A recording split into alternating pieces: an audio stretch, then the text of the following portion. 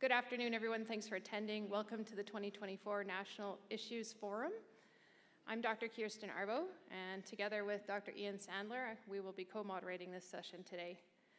And I would like to, of course, start by thanking and acknowledging our generous sponsor, Grey Wolf Animal Health, in supporting the 2024 National Issues Forum.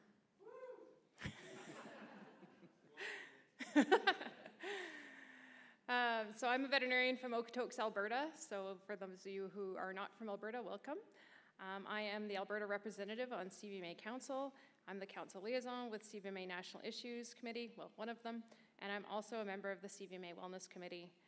The National Issues Committee is made up of 9 volunteers who come to us from across practice, academia, government, and other organizations involving veterinary professionals across our profession. The NIC serves to identify and address issues that impact the profession, maybe also distress it, both the current and in the future. Thanks. Good afternoon, everyone. I'm Dr. Ian Sandler, and I chair the CVMA National Issues Committee, and I'll be assisting Dr. Arbo moderating the forum today. The National Issues Forum was developed in 2016 by the NIC as our annual signature event at the CVMA National Convention. Since the forum has brought attention to topics of national significance, really that include things like the importation of dogs, therapeutic use of cannabis in veterinary medicine, telemedicine, and veterinary medicine and climate change, and how these things impact us nationally and as a profession. Last year in Quebec City, we featured veterinary practices that were innovating in the face of our current workforce challenges.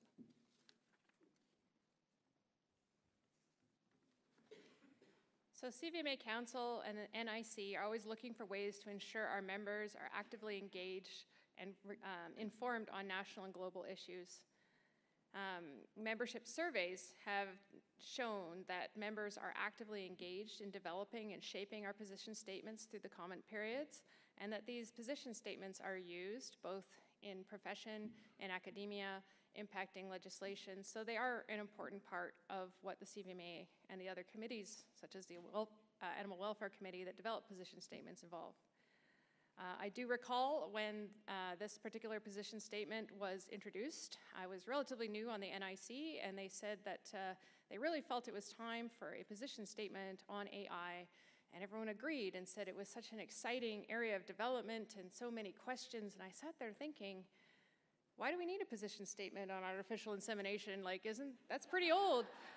So it was so new, I was basically blanking on it. So basically, late in 2023, CVMA Council approved this position statement drafted by the NIC, and to our knowledge, this is the first policy document on the topic from any veterinary association in the world. This forum today is a perfect opportunity for us to help build on this position, and this is a very complicated topic, so we're glad to have some expert help for this. The CVMA has used this position statement as a vehicle to open discussions with other healthcare professionals at the Canadian Association of Radiologists and the Canadian Medical Association, both of which have an interest in this topic. Recently, this position statement was shared with the Federal Standing Committee on Industry and Technology as they study Bill C-27, the Artificial Intelligence and Data Act. The title of our forum this year is Artificial Intelligence in Veterinary Medicine, Friend or Foe? Do we really know? Highlights the tremendous uncertainty around where artificial intelligence is taking the world and healthcare professions like ours. There are benefits and there are certainly risks, but do we really understand how AI should be managed so that we and our clients and our patients benefit? How can we ensure that we have enough understanding of this technology to make informed choices when using these technologies? As a profession, we have an important role in asking questions and voicing our concerns. We urge you to get involved with a CVMA committee like the NIC. This can be as straightforward as providing feedback on position statements when they are out for member discussions. Also, consider becoming a CVMA volunteer on one of our national committees. We need to ensure that we have one national voice as a profession, and your voice will make an important contribution to how we collectively address and present our future and near challenges.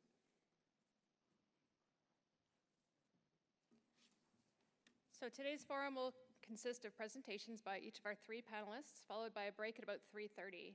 We will then regroup for a 1-hour question and answer session beginning at 4, so please save your questions for the Q&A session. You have a couple options for the questions. There are the microphones, so don't be shy. If you have a question, just step up, announce your name and your question. If you are feeling shy, we have some paper and a pen, and you can submit the questions that way as well. But we'll go over that in a second as well. So our first panelist was unable to join us in person today because of an urgent personal matter. However, he was generously pre-recorded his presentation, so we'll be watching that in a second. Dr. Ryan Appleby graduated from the OVC and completed a rotating internship there. Following that internship, he completed a 1-year diagnostic imaging internship at the Veterinary Imaging Center of San Diego. Ryan then went on to complete a residency in diagnostic imaging at North Carolina State University. He is presently an assistant professor of diagnostic imaging at OVC and researches artificial intelligence in veterinary medicine. He is the author of multiple AI-related papers and the chair of the ACVR/ECVDI AI Education and Development Committee. That is a lot of initials. So we will now see the presentation. Hi, my name is Ryan Appleby. I'm an assistant professor at the Ontario Veterinary College and a veterinary radiologist.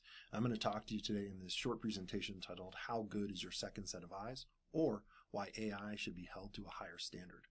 I was supposed to be there with you all at the CVMA conference, and I'm sorry I can't be, but I hope that this conversation is going to get things started and kind of set the stage for the fantastic discussion that's going to occur here afterwards. Before we begin, I just want to note a couple of my conflicts of interest. I don't have any financial associations with artificial intelligence products, but I do have financial association with 2 companies that I'm a part of, OB Veterinary Education, as well as Cygnus Veterinary Imaging Group.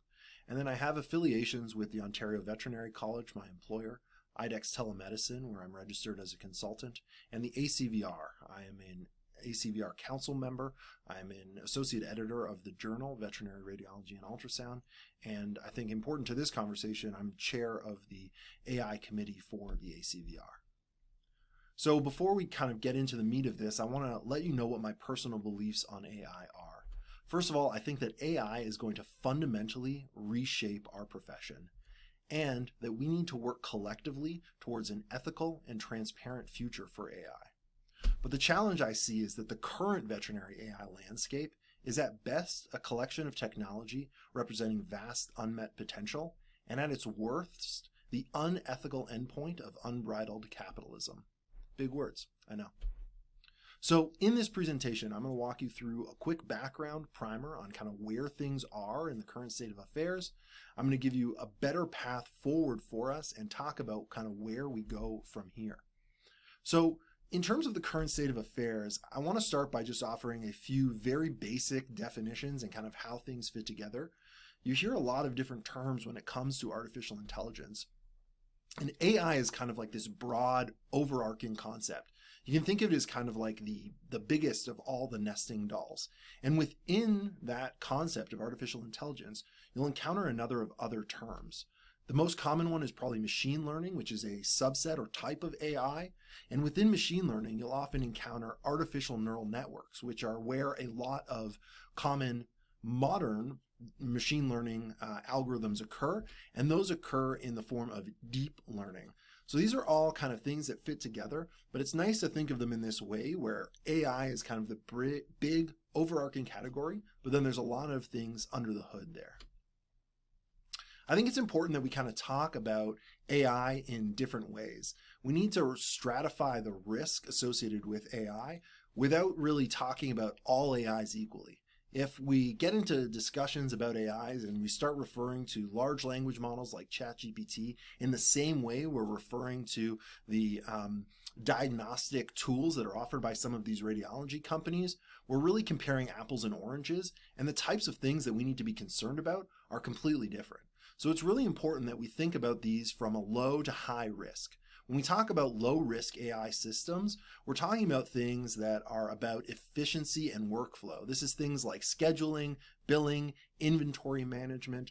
Those things can be assisted by AI, really important aspects of veterinary care, and these are low risk. There could be some impact on patient care, but really ultimately there's a lot of check and balance before it gets to the point of patient care, and it's a pretty low risk system.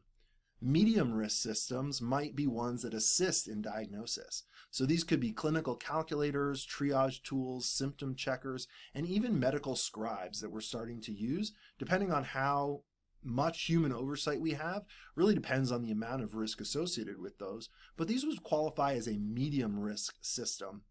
High risk systems would be ones that are actually providing a computer-aided diagnosis, so something that is spitting out an answer for you. We see these now in practice for radiographs, cytology, fecal analysis, urinalysis, all of those kind of things. These are computer-aided diagnostic systems, and these are actually high-risk systems and should be considered as such when we're talking about these in vet med. So again, we can't conflate all of these types of systems with each other. They're very different, and the amount of safety that we need around them is very different. And then we really shouldn't be conflating them with, these large companies that are producing things like ChatGPT. These are also completely separate systems that, again, have a whole different set of considerations around them. So to start with, I kind of want to refer to the way in which an AI might get made. And we'll use this example of everybody's favorite veterinarian, Ted from Schitt's Creek. So, Ted is thinking about creating his own AI system, and he thinks to himself, I could really use something that's going to help me identify pulmonary nodules in cats. So Ted's going to go out and he's going to collect maybe 1,000 radiographs of cats. And from there, he's going to label these radiographs for their nodules. He might decide to label them by actually circling the nodule, or he might provide just a kind of binary label, yes nodule, no nodule, or maybe he's going to take the radiology reports that he has and use something called sentiment analysis, try to analyze the words that are in there to determine what the radiologist said about that and determine whether or not there are or are not nodules. And once he does this, he ends up with kind of two categories, right? He's got cases that do have nodules and cases that don't. And from there, he's actually going to divide this up into two sets, a training set and a testing set. And that's what this 800 and this 200 represent. A common division for training and testing is about 80-20. Sometimes we'll even see 90-10. So he divides his into an 80-20 training and testing set. And importantly, none of the cases overlap between those. If they do overlap, there's risk that he could artificially increase his sensitivity or his accuracy to the actual disease process he's testing for. So once he breaks it down, he has his training and his testing set, and he knows how to code, especially in Python. He writes a machine learning algorithm on a neural network to evaluate these images, and with his labeling system is able to determine within his now testing set a 95% accuracy for his AI, which is fantastic. That's really good, right? We've got 95% accuracy. So he decides, all right, I'm going to go ahead and sell my 95% accurate. He's going to sell it to everybody. Ted's Quick Read Nodule Signal AI, accurate 95% of the time, and he's going to put it up on his own website, which is all well and good. And it's kind of what's happening today in the veterinary field. It's a really oversimplified version, but essentially we just go from having radiographs, labeling them with what they have, running some machine learning algorithms, and then ending up with an AI that you can interact with. But there's a lot of questions that we should ask about these AI systems that none of the companies that are actually providing them to us are giving us any answers. So for example, when we go through and actually label these nodules and whether or not they're there, the question becomes how many are actually present in our data set? If Ted gets 1,000 radiographs, but only 15 nodules are present in his training set and 2 in his testing set, that's not a very good number, right? We're not testing for something very sensitively there. We don't have a great representation. So how well is that actually going to, reflect the reality in practice? It's important that we know what the skew and distribution is of training and testing. It's important that we know the overall population in the testing set. It's also important that we understand those radiographs themselves. How were they acquired? So what kind of practices did they come from? Are they all from academic institutions? Are they from general practices? Where did they come from? Are they all well positioned and well exposed, or do they kind of cross the spectrum as we might find in actual practice? And how did they actually get into the system? Are they DICOM files, JPEGs? What did we end up with to actually get our information? Once we get into the actual labeling, the question is, did Ted do that all himself, or did he hire his friends? Obviously, if Ted, the veterinarian, did it, it's a little bit more trustworthy than if the other cast members of Schitt's Creek went ahead and labeled radiographs. But the same could be true in an actual veterinary setting, where if you had a radiologist actually doing it, it might be a little bit more trustworthy than your average veterinarian, and they would be more trustworthy than a layperson labeling these images. Now, when we talk about this information, I believe that that needs to be clearly stated for all of the AI systems available. But a common refrain you'll hear from AI companies that this is actually proprietary information. We're not going to give it to you. And the plain truth of that is, it's not. It's not proprietary at all. In fact, it's part of what needs to be offered for an AI system to be applicable in human medicine. You can't even get to the point where you're selling an AI product to MDs without providing all of that information and way more. So the value is actually in the data itself.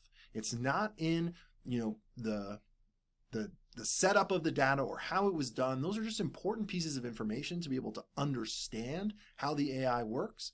But the actual radiographs themselves are the valuable thing. That's what might be proprietary. And nobody's asking for that. We're not asking for the images. We're not asking for the algorithm weights. We simply want to know enough information to understand how these systems are truly going to perform, not just what a company claims it's going to do. This is going to help all of us end users, veterinarians, make important, informed decisions about this process. And it's important because what we've noticed is that the companies that are selling these products are actually suggesting that their systems behave much better than we either know they do, or we might question how well they perform, because it doesn't really make a lot of sense because we don't have any information. Vetology is one example who's actually gone ahead and published some things on how well their system performs. They've done 3 peer-reviewed publications, which is absolutely fantastic. They're the only company that has that, and I'd like to commend them for it. The problem we see with Vetology is that their website indicates that they have a 92% match rate between the computer-generated report and a radiologist's findings. And that is only true for one of these 3 systems. When we talk about pulmonary edema, it is 92% accurate. But when we talk about pleural effusion, it goes down to 88. And their most recent publication on pulmonary nodules and masses actually drops to 69% accurate compared to a known outcome for those patients.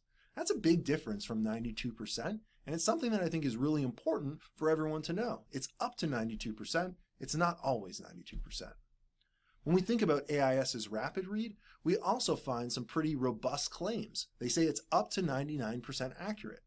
And they get that data from this paper that they put out, which is only a preprint. So it's available on archive.org, which is a common place for folks to put machine learning algorithms and other computer science work. So it's a really good way for folks to get their information out there, but it hasn't gone through the process of peer review. So this is just the company kind of putting it forward and saying, this is what we have on our side, which is great. It's important, and kudos to them for putting it out there. But we could ask for more. We could ask for the rigors of peer review from this. Something that I want to notice from this system, this preprint, is they have a lot of disease process that they're testing for, and their sensitivity, their area under the curve, they're quite variable.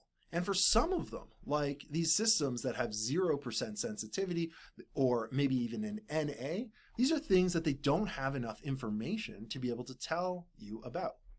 But in reality, they're actually still testing for those. When you go to their website, heart space mass, pleural mass effect, and subcutaneous nodule, all of which have NA beside them on this list in their preprint, are still part of their testing platform. So Antech will tell you, if you reach out to them and speak to somebody individually, that they've gone through and done some additional testing, and that these meet a threshold that they feel comfortable with offering the test. But we still don't know how many that is and what they actually did to kind of get there. So what about the other radiology products that are out there? Well, Radimal, they don't actually put forward any information. They just say it's fast and accurate.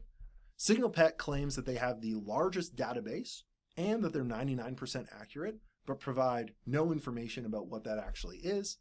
And a company called MetronMind, who focuses on measurements of these systems, they put out a system or a a video that talks about a recent study in human medicine that the AI plus the doctor has the lowest error rate. And that's fantastic. But we have no idea if that's true in veterinary medicine. In fact, the only information we have about that comes from this paper, Boissetti et al., and they talk about this system for evaluating radiographs called Picoxia, which is a European system, and they compare it to veterinarians and veterinarians aided by the system. And what they ended up finding was that the veterinarians plus the AI had the highest error rate at 17.2%. It wasn't statistically significantly more than just the veterinarians alone, but AI plus veterinarian had the worst error rate of all of these compared to just the AI alone. And that's really important information because we can't just extrapolate directly from human medicine and say, hey, this is going to apply the same way here. But there are positive aspects about these AI systems. They often offer what we call explainable AI. So they provide us with some information of understanding why the AI does what it does. In MetroMind, the system we were just talking about, they provide a lot of measurements and illustrations identifying where things are, which is great, and a veterinarian can kind of check the system. Radimal offers these heat maps that identify where abnormalities might be, and SignalPet offers some of these, I guess little boxes that might tell you where the problem is. So what about non-imaging AI diagnostics? Well, we encounter the same problems. Zoetis has the VetScan Imagist. It tests for parasites, cytology, blood smear, and urine, and it actually only tests for the parasites in a peer-reviewed fashion. There's 2 papers on the parasites. They talk about a very similar data set, and this is the only one that they've actually published on. According to Zoetis, others have been published or spoken about at conferences, but there is no actual publication yet or peer review on how they work. IDEXX's Decision IQ, similarly, it uses some AI and some not AI, but the main thing that it's doing, as far as I can tell, is predicting endocrine diseases, hypoadrenocorticism and feline hyperparathyroidism, and we have no idea how much AI, where it is, and what it's actually doing. For Antech's Renal Tech, that does have a paper backing it up, published in JVIM, and what they want to do with this is be able to predict CKD in the next 2 years. They cite their paper, which has 95% accuracy, but when we actually go through and read that paper, it's kind of interesting to pull out the details. It says when predicting CKD near the point of diagnosis, so close to that time, the model has a sensitivity of 90% and specificity of 99%. The model sensitivity decreases when predicting the risk of CKD with a longer horizon, having 63% sensitivity 1 year before diagnosis and 42% sensitivity 2 years before diagnosis.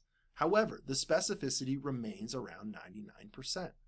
So, it's really challenging to think about. If we're predicting this up to 2 years, we're only actually identifying 44% of these patients from this 44% sensitivity. Well, that becomes really challenging because what they're recommending next is just recheck another renal tech. And I don't know that that is fundamentally going to actually impact patient care in the long term. We're just kind of adding more Antech diagnostics into our repertoire. And I think we need to be questioning whether or not that has a positive clinical outcome before we're suggesting it to our clients. So how can we get to a better path forward? Well, it works differently for human healthcare. There are a system in place to risk stratify things. So this is a chart based on kind of the degree of risk associated with the software as a medical device, which is what AI is, and it ranks it from 1 to 4. If you have a healthcare condition that is critical and the AI is going to treat or diagnose it, it is a level 4. It scales down from there to non-serious conditions and it only informs is a level 1. And so this is part of that risk stratification, where it informs the risk stratification that I was talking about earlier, but it's quite different than how we see it here. So for humans, software is AI as a medical device, and it requires this classification. And there are regulatory hurdles to overcome when it comes to those classifications. In the United States, the FDA needs approval for anything class 2 or above, and once you get into class 3 and class 4, there are way additional hurdles. But most of the things we're talking about here are classes 2 and 3 for veterinary medicine. They also have post-approval monitoring on the human side, which we don't see for animals. And on top of this, transparency becomes really important. It's important for accountability, safety, and informed consent. When we look at this paper put out by Selva et al. In 2022 for Frontiers of Artificial Intelligence, they talk about these 3 levels of transparency: insider transparency, internal transparency, and external transparency. And we require these types of transparency to actually get to the point of informed consent. And what we need to know is that the developers need to understand how the models work. They need to communicate that to the healthcare professionals, who then need to be able to communicate enough about it to the patients. That's the only way we get to informed consent. Because we don't know how the systems work in veterinary medicine, I would argue it's actually impossible for us to get to the level of informed consent for the use of these products in our veterinary practices. And these are regulated by, the regulatory systems out there, the regulation that exists in human healthcare. Now, there are guiding principles that we can look to that will help us establish this in veterinary medicine. The FDA, Health Canada, and the UK MHRA have come together and given us 2 documents now that look at good machine learning principles and transparency. And what we can do with these is guide the responsible development of artificial intelligence. When we look at the good machine learning principles, what we see is that they recommend that the testing that is done demonstrates the device performance during clinically relevant conditions. So that means we're actually testing these in a practice and note how it performs, and ideally then note how it's going to actually impact care for our patients. And that users are provided clear and essential information. And they've gone on in their transparency document to better define what that actual clear and essential information is. And it includes all of those background pieces of the models, the data sets themselves that I've been talking about in this presentation. If you want to look at those documents yourself, you can click the QR codes that are noted here. All right, and we'll go on and talk a little bit about how many of the actual products in veterinary medicine are using these. So we know that we have at least 4 major players in the North American sphere for radiology, Vitology, Antech, Signalpet, and Radimol. How many of them are transparent and have good machine learning principles? They're all listed on this slide. So where are we going to go from here? Well, we need to start to think more critically about AI in our workplace. So a really nice Substack out there. It's called Machine Learning for MDs. And I think a lot of what the author talks about applies to us here as well. She has this really nice chart that she's put forward, which talks about the role of a clinician in the clinical environment. You can have clinicians, clinician AI champions, subject matter experts, and engineers, and they all interact with AI differently and need a different skill set. But ultimately what needs to happen is clinicians all need to get to the point where we know enough to use AI clinically and discuss it with our patients in basic terms. I think right now we're at a point where some of us are using it, but I'm not sure we can all discuss it with our patients in these basic terms. So all veterinarians need to find a way to fall on this scale. And there's a current lack of knowledge in all of the categories across the board in vet med. So you as an individual, you can put yourself on this chart. You can think about how you're going to fit in. Maybe you just want to be that clinician who understands. Maybe you're going to be an AI champion who brings it into your practice. But the higher up the chart you go, the more you need to know and understand. You can take courses to help yourself get there, try large language models, and then get involved. The ACVR is working hard to kind of put out some guidance. Other organizations, your local and state vet med associations are going to be working towards these things, and we need to start to get involved. And of course, the CVMA has its guiding document, its position statement that it's put out already, and it's important that we all kind of take a really key role in the development and the purposeful introduction of AI in our field moving forward. So the last thing I'll leave you with is these 7 questions that you can ask AI vendors as you walk in the exhibit hall through this conference.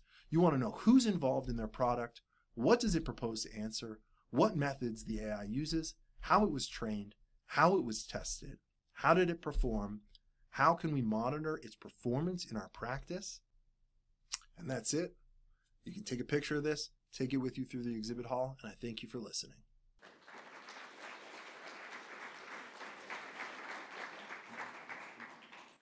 So we'll pass those claps on to Ryan. I know he was disappointed to not be here in person today. Our next presenter is Dr. Chris Pinard, who is a clinician scientist and medical oncologist at Lakeshore Animal Health Partners, an adjunct professor at the Department of Clinical Studies at the University of Guelph, and a research fellow at Sunnybrook Research Institute with an interest in comparative computational oncology. I can't even say it. He continues to bridge the use of technology, including spatial computing, 3D modeling, and artificial intelligence to improve patient care. He has co-authored several publications, including and incorporating AI-based frameworks for clinical evaluation and discovery in cancer. Dr. Pinard has sat on the Morris Animal Foundation Osteosarcoma Scientific Advisory Board, is currently funded for active clinical research in next-generation technologies and artificial intelligence in medicine, and he is a member of the CVIM AI Task Force. Dr. Pinard?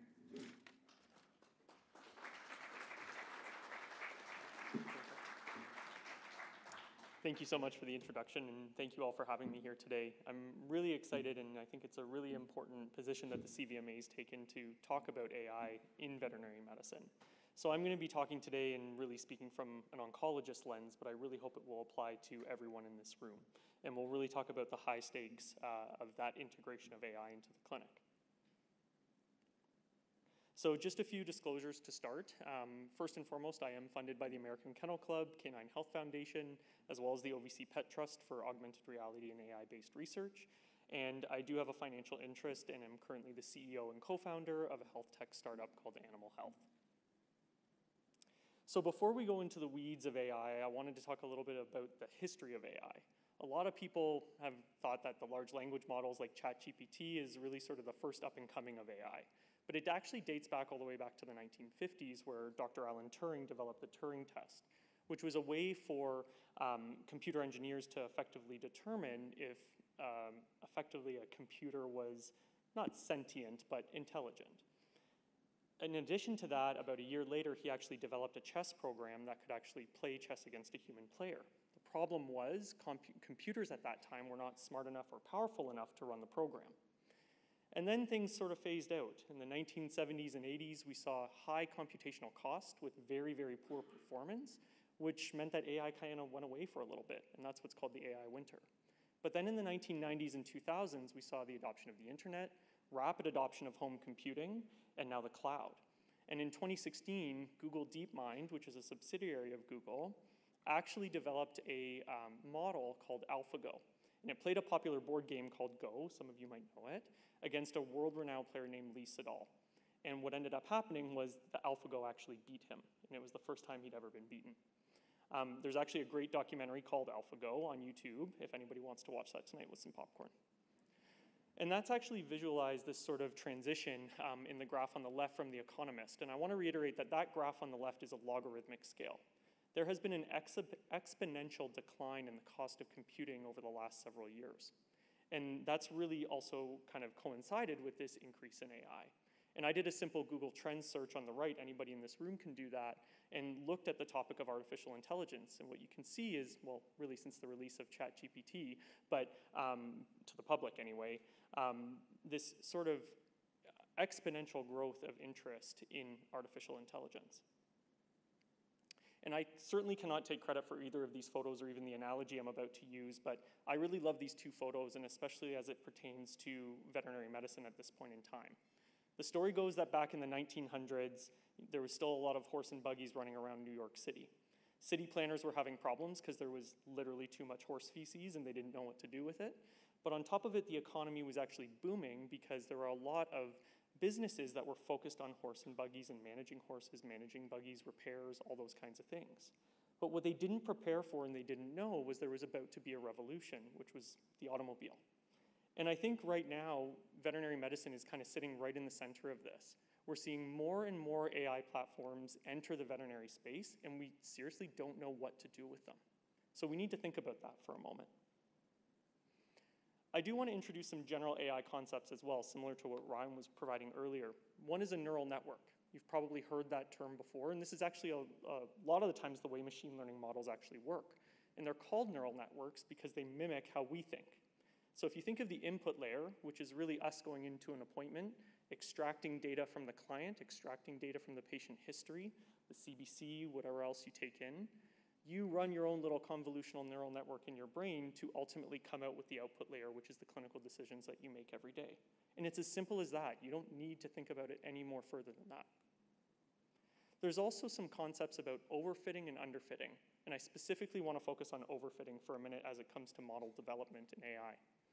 You heard Ryan talk about accuracy and the fallacies with accuracy alone. If you look at an overfitting model, which is on the right here, that's a model that would have a 99 to 100% accuracy. And on paper, that sounds really fantastic. But what we have to remember is that models are only developed based on the data that we provide them. So if you have a model that is 99% accurate or is fitting like this, the problem is it's not going to be generalizable. You're going to find that when you try to throw that out into the population, it's not going to work properly. So what computer engineers actually aim for is more appropriate fitting. And we look at a lot of other different metrics that are not just accuracy when it comes to evaluating models. So how are our patient families going to use AI? I mean, I think this is a big room of really smart individuals that have probably already thought of a lot of these. But I already have patients coming into my clinic and families with literally a script from ChatGPT saying, how accurate is this? Well, this is going to be the new Google search that we need to adapt to. Additionally, there is actually some use cases for AI that I think are going to benefit us. The use of automated chatbots and things to help us refill prescriptions, auto-book appointments, stuff that's really mundane admin tasks that will help our staff and help us do things better. There's also the potential, and we're seeing this in the human space in Toronto, piloted at Sick Kids Hospital, where they're actually automating triage, allowing patients to leave the waiting room and sending you a text message when they're ready for you, or automating basically the triage status of where you're at by reading your medical record ahead of time when a nurse comes and interviews you. I don't know why we're not doing this in VetMed already, sorry. And how are we going to use AI, or how are we already using AI? Ryan spoke a little bit about the radiology platforms already, but I think diagnosis support is really one of the big tools that we're seeing an influx of AI right now, especially on the radiology focus. There are big companies like Antech and others that are using pathologic workflows to help sort of expedite the process and make it more accurate, and there's publications behind that. Clinical record support, though, is a really big one. And again, speaking to this room, we know about the scribes that are out in the conference area, but also all over the internet. And I did a simple just Google search, veterinary AI scribe, and this was 1 page of 8. There are so many different products coming out every week. Some of these have been around for longer than others, but they're coming in big waves. But also I think decision support is a really unique use case for AI, which is the way that we as clinicians can potentially look at an AI that's been trained on the Merck Vet Manual, for instance. We can now pull out our phones, search for a condition, and have that information at our disposal in seconds, rather than sitting down and reading a textbook for 30 minutes. Your workflow is about to change dramatically. This is one of my favorite studies. So when ChatGPT first came out, I pretended to be a client. I don't have a dog right now, I've got a cat, his name's Clark, for Clark Kent, but that's a different story. But I pretended to have a dog with osteosarcoma. And I said, hey, ChatGPT, I have a dog with osteosarcoma. Can you tell me a little bit more about the disease? And the first sentence it started with was, I'm sorry to hear that your dog has been diagnosed with osteosarcoma. And then it went on to give me a whole bunch of other information, which was actually relatively accurate as an oncologist. But think about that for a minute. It parsed through the question that I asked. It recognized that osteosarcoma is indeed a cancer, and that cancer equals bad, and that should probably empathize with me, the client, or person. And so I'm obviously not the first person to look at something like this. So this group of human physicians actually set up a online forum, and they allowed patients to actually ask questions on that forum, clinical questions. And they randomized answers to either be from a chatbot that was trained on medical record data, or physicians themselves actually answering the questions. And what you can see on the bottom right is actually extremely impactful. That is, the chatbot almost always outpaced and outscored the physicians when it came to the actual quality and readability of the answers that it provided, as well as it was more empathic than the physicians, more often than not. And if you read the discussion of this paper, it really talks about the ideas around, is burnout affecting us more than we actually think? Are we less empathic than we ever used to be? And I think as a profession, sorry, I'm doing it again. As a profession, everybody in this room can probably acknowledge that there is a big burnout problem. And there are going to be some ways that can potentially effectively help us. So again, I'm gonna look at the next 3 points as really through an oncologist lens, but I really want you to think about how this might be utilized in your practice. So there's really 3 pillars of AI in a clinical setting. Diagnosis, AI for diagnosis, AI for treatment, and AI ultimately for prognosis. So as Ryan alluded to, there are certainly programs and offerings that are going to help you read a radiograph better. But the whole field of radiomics is expanding. And in humans and now in canines, which I'm about to show you, we can actually take what we call radiomic data, which is the extraction of pixel-to-pixel level interactions on images, whether that's ultrasound, mammography, CT, it doesn't matter, and actually extract that to make a clinical decision or provide some form of clinical context. So what you see on the left is a group from Europe that was actually able to take MRI data, pair that with histology, train a model to actually predict the histology of patients with brain tumors. That's really impactful for me because we very rarely get biopsies of dogs with brain tumors because of how invasive it is. But it does actually impact outcome. And very similarly on the right, you can see a CT-based study that was trying to denote whether splenic lesions in dogs were malignant or benign. It didn't perform as well as they had hoped, but again, it's sort of that next step of having a co-pilot with you in the clinical floor that might help with your decision-making moving forward. And this is even more impactful, and this is one of the largest landmark studies that's ever been published in the human space, looking at the integration of a computer-aided diagnostic system in women with breast cancer in radiology workflows. And so what you see here is the purple line on the ROC curve on the right highlights effectively how often they accurately detected breast cancer lesions, early breast cancer lesions, with just radiologists alone. The black line is when you combine both the AI and the radiologist. So in contrast to what Ryan was speaking about in that one veterinary study, this study was hugely impactful in the human space because it actually increased their ability to detect lesions by 11.5%.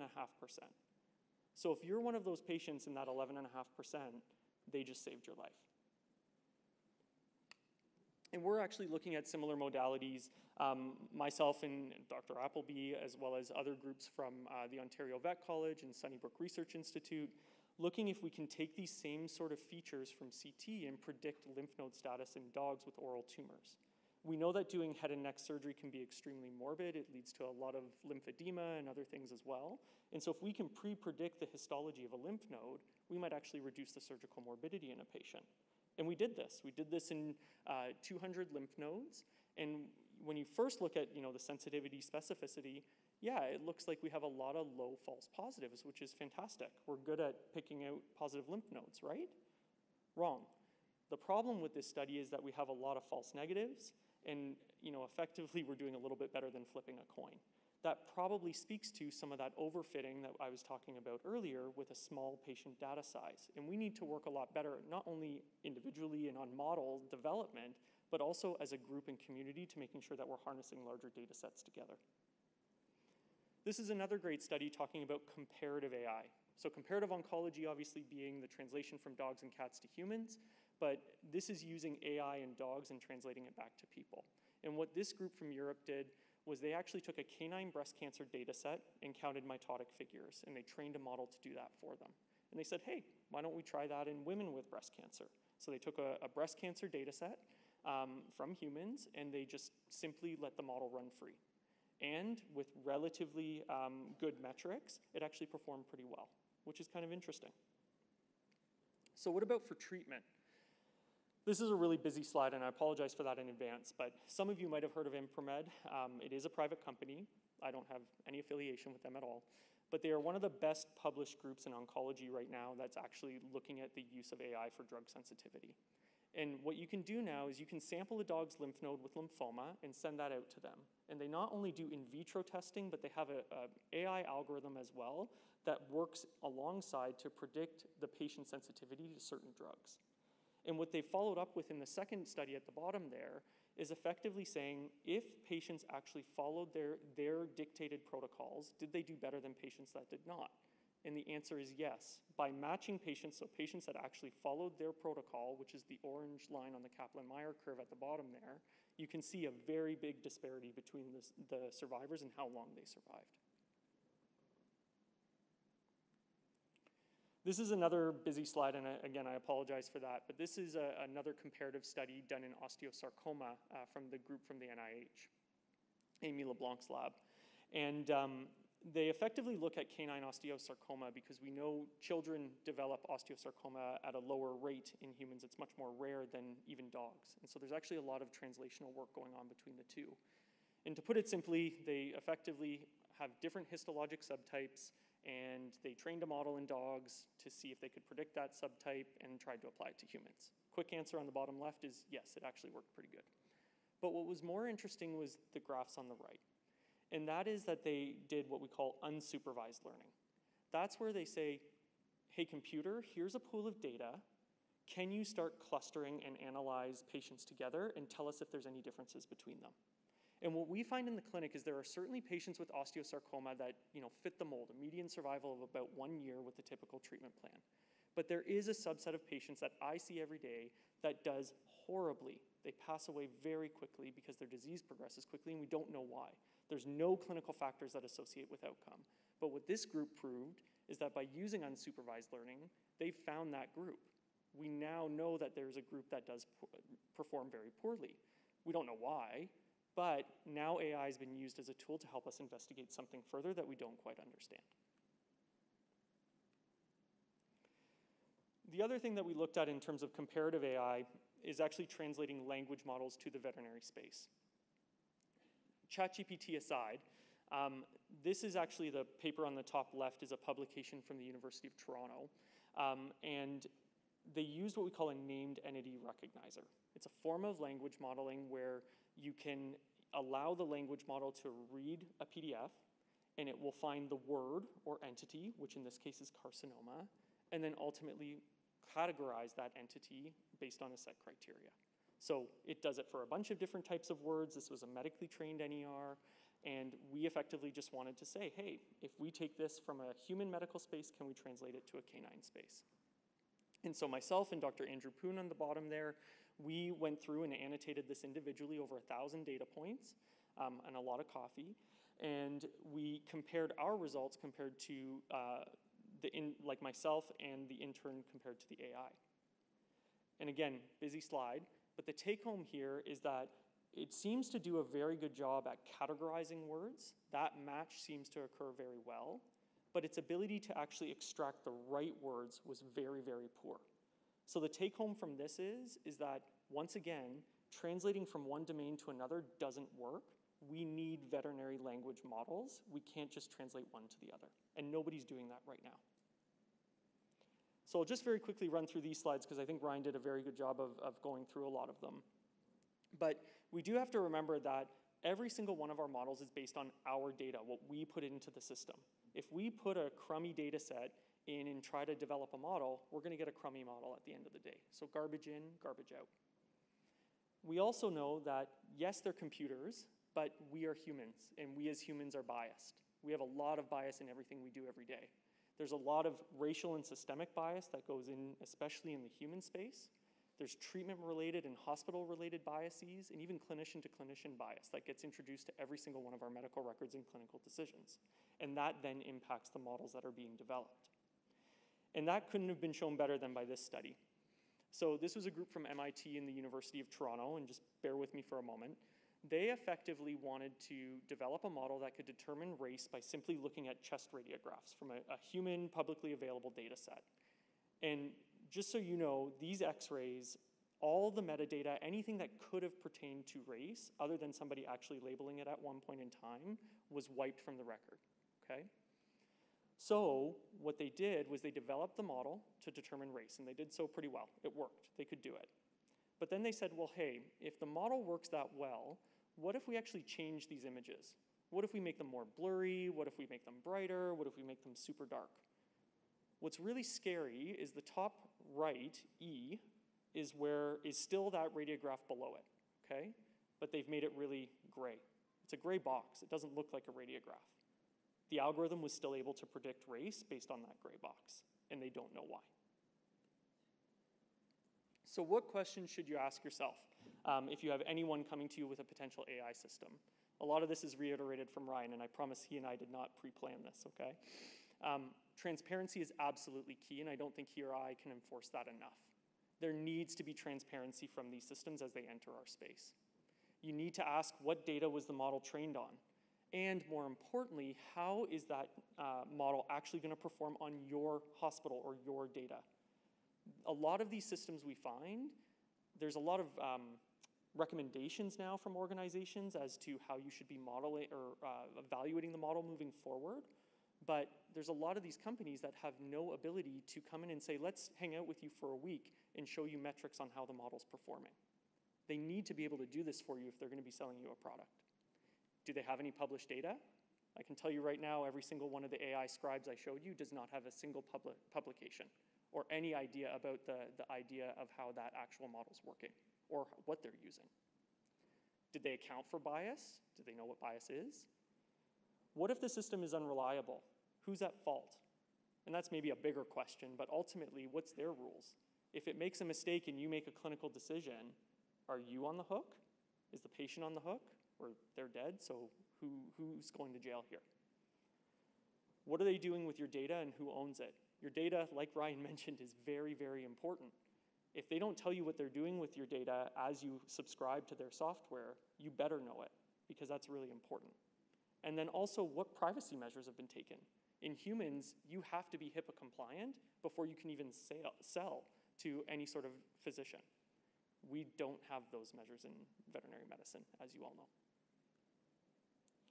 As a profession, I do think, again, Ryan kind of alluded to a lot of these, and it's been great that the CVMA has been working with the CMA, and we're going to be pushing more and more for more regulation in our domain, especially working with Health Canada.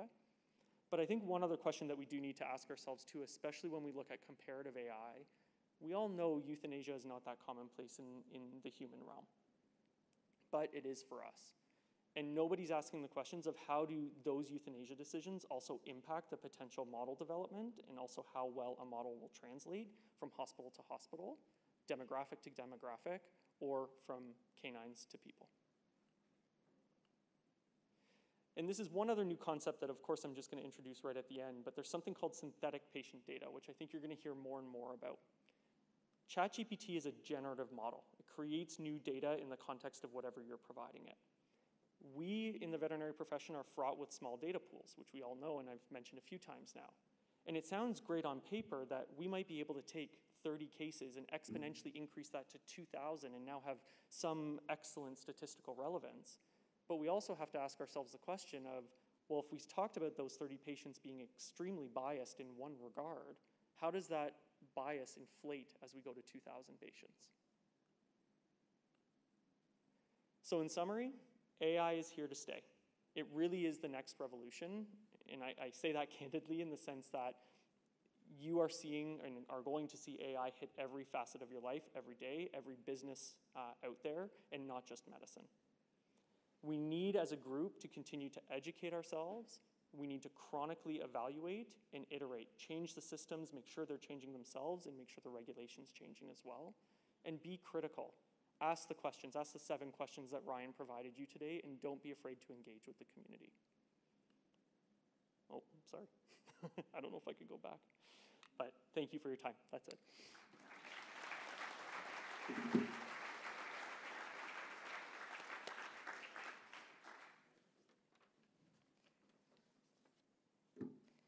So we have our final speaker, and then we'll have a short break before question period. So Dr. David Kelton is a graduate of the Ontario Veterinary College and is a fellow of the Canadian Academy of Health Sciences, a national body that advises the Government of Canada on health policy through a One Health lens. He's recently retired as a professor of veterinary epidemiology, where he held the Dairy Farmers of Ontario's Dairy Cattle Health Research Chair in the Department of Population Medicine for the past 10 years. For the last 30 years, Dr. Kelton has taught dairy cattle health and management in the undergraduate, graduate, and professional curriculum, and is a member of several local, provincial, and national working groups dealing with the dairy cattle health, welfare, and milk quality. He has co-authored more than 300 manuscripts in refereed journals. His recent work has focused on antimicrobial use and the development of antimicrobial resistance using a One Health approach that embraces transdisciplinary collaboration.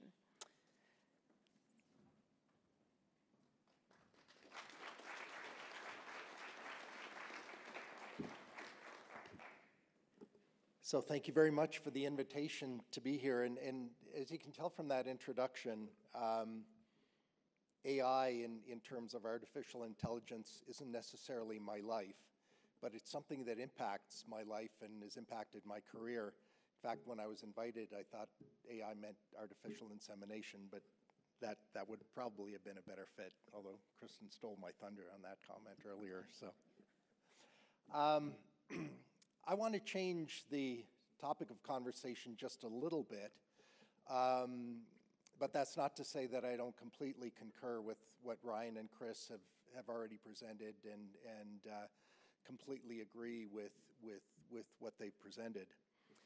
In my context, though, and my background is working with the dairy industry, I've spent a lot of my professional career working not only with dairy producers and dairy veterinarians, but a number of companies. And I've worked with a number of entities that have developed technologies, on-farm technologies, sensor-based technologies, and have worked with the dairy industry on trying to manage the relatively large volumes of data that we generate in agricultural systems every day. So contrary to what Chris and Ryan talked about, where in the companion animal veterinary side, very small data sets, we're at the other end of the spectrum where we have phenomenally large data sets, and we struggle with how to manage that data, how to understand those data, and how to use those data effectively. These slides are pictures from our dairy research facility at the University of Guelph. We moved into this about 10 years ago. I keep calling it the new research dairy, but it's about 10 years ago now. For those of you who have been there, will recognize that it's not necessarily completely like a commercial dairy farm, but has very many of the same attributes, very many of the same technologies that one would find on a commercial dairy farm just about anywhere in Canada today. We milk about 200 cows, we've got about 40 dry cows, we've got about 500 animals, including calves and replacements in the facility. We generate, and because this is a research facility, we capture and store for use about 600,000 pieces of data per month. So that's about 100 individual data elements per cow per day. And so again, we've got this huge volume of data. Our challenge really is, how do we use this effectively? And although we'd be hard-pressed to bring forward the numbers on every dairy farm in Canada, I think most of our veterinarians who are involved in food animal veterinary medicine and provide services to our agricultural producers are sort of in a similar landscape, right? We're getting a lot of data coming at us. What we're doing is we're trying to ensure the safe production of food. It's a complex process. Most of our food animal commodity groups have quality assurance programs, which are critical not only to protect the animals, but the public and the quality and safety of the foods that we produce. And again, a lot of that needs to be based on good information and that comes from good data. So we're trying to produce healthy food from healthy cows in a healthy environment. And in fact, the Dairy Quality Assurance Program is called ProAction. It has multiple components. And as dairy veterinarians, we have the privilege and the opportunity to work with our dairy producer clients in all of these areas, on milk quality, on food safety, on animal care, biosecurity, traceability, and even environmental stewardship. And all of these, we're using data and rely on data to verify what is going on in that particular industry from a quality assurance perspective. This picture is my earliest recollection of dairy farming. Unfortunately, it is not a picture of my grandfather, but I do remember my grandfather milking cows by hand. And as I think about that in the context of our current production systems, I think about the importance of that daily intimate contact between my grandfather, the farmer, and the few animals that he was milking, and his ability then to identify sick animals and call his local veterinarian.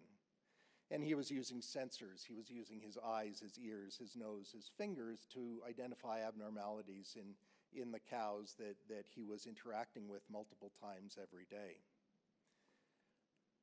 If we fast forward to today's modern production facilities, we're milking large numbers of animals, and again, this transfers to other food animal industries as well. In some cases, the contact between the milker and the cow is a matter of seconds. In other cases, we've got robotic milking systems where there is no required daily contact between the dairy farmer or anyone working on that farm and the cow. Pros and cons to that, but we've lost the adaptation of those sensors. So the industry has developed other sensors, and all of our modern dairy farms are equipped with very many sensor systems. But the performance of those sensors and integrating the data in those sensors is really challenging. And I think that's where we look to tools like AI. And again, it's a tool just like any other to help us in that task. It's not the be-all and the end-all. It's got strengths and weaknesses. And I think we need to understand, as Chris and Ryan have said, we need enough of an understanding of these tools that we're using to be able to understand their strengths and weaknesses and use what comes out of the systems in an effective manner. And so if we look at the dairy cow, we've got sensors that will measure temperature, heart rate, rumen pH, rumen motility, body condition, respirations, chewing, feed intake, locomotion, number of steps, whether that animal is lying or standing and how long, their weight, their milk yield, and all sorts of attributes of the milk that they're producing on a daily basis. And we can literally have the technology to generate that from every animal at every milking multiple times a day. These sensors are of all types, and there are cameras, there are wearables, there are labs that exist in milking parlors, scales, and even now sniffers as we think about environmental impact of dairy cattle and the methane they produce. So we can actually install sniffers in our milking robots to decide which are our most methane efficient animals and make some decisions with our herd management and our herd's culling strategies. Going beyond the individual animal, we're dealing with data that comes from milk.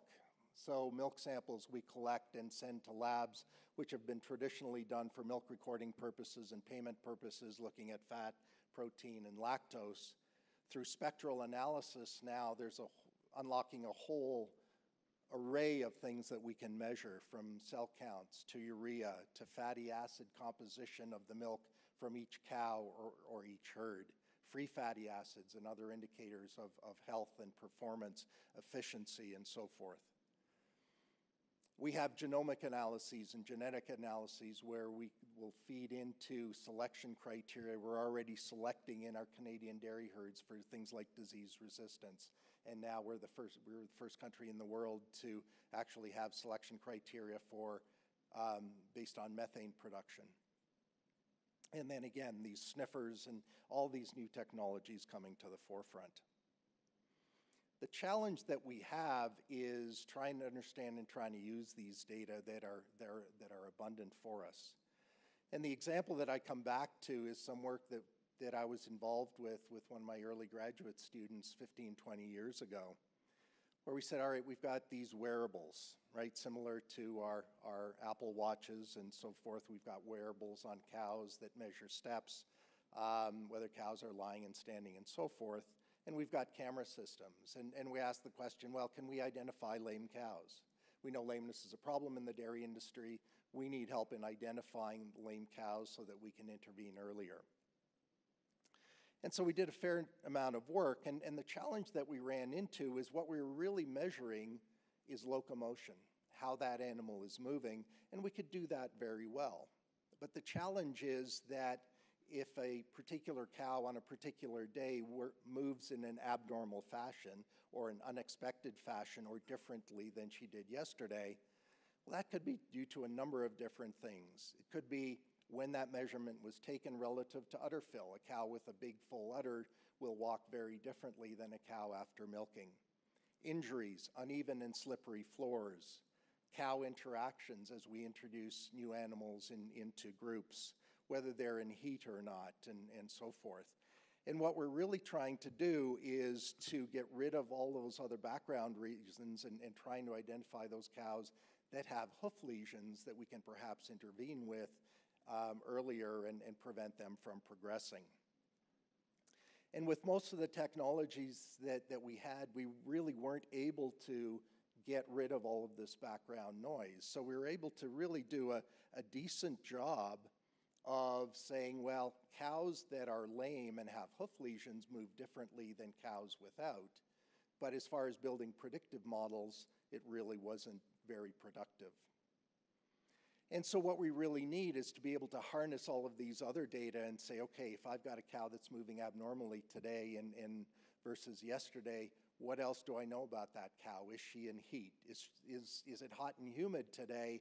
And so based on the environment, am I expecting more slipping and sliding? And are there other cows that are behaving this way and not just my particular cow of interest, and so forth, in building models that will help us work through and clear some of the background noise. And that's where AI and some of the AI tools, I think, offer some real opportunities. And there's a fair amount of work being done in a number of sectors globally trying to get to that point. As I was preparing for this, I was looking at other applications in the dairy sector for artificial intelligence. This was an interesting paper that came up.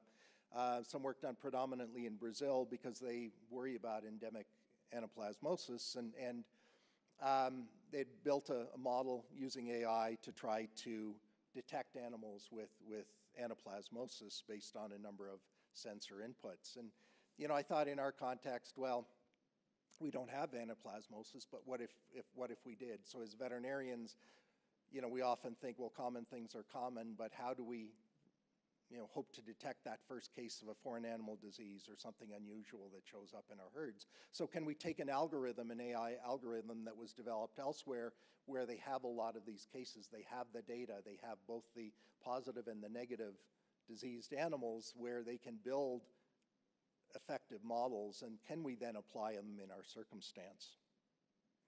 Think about how that may potentially or could be useful in our current situation. Right, I think everyone in this room recognizes what's going on in the U.S. with high-path AI in dairy cattle.